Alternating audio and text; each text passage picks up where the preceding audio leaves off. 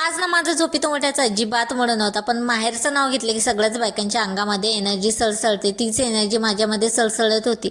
आज माझा भाऊ आलेला होता माझ्या माहेरी छत्रपती संभाजीनगरला रक्षाबंधनसाठी. तिकडे जायचं होतं.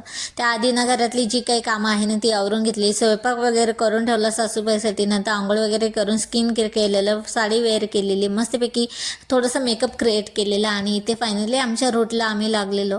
घरी पोहोचल्यावर ना आमचा अचानक दोघी बहिणीचा प्लॅन ठरलेला की आम्ही दोघी बहिणी यशोदा बनवू आणि आमची दोघींची मुलं ना कृष्णा बनतील.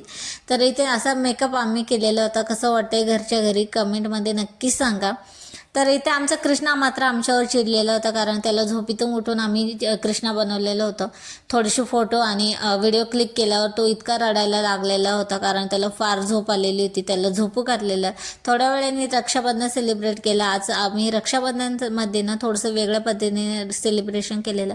आम्ही चौघी बहिणींनी सुद्धा एकमेकींना ओळखून प्रॉमिस केलेलं की आम्ही एकमेकींच्या समस्यामध्ये खंबीरपणे पाठीशी उभं राहू. आमचा भाऊ तर नेहमी आमच्या पाठीशी उभं राहतच, पण आम्ही बहिणींनी सुद्धा आज प्रॉमिस केलेलं एकमेकींना.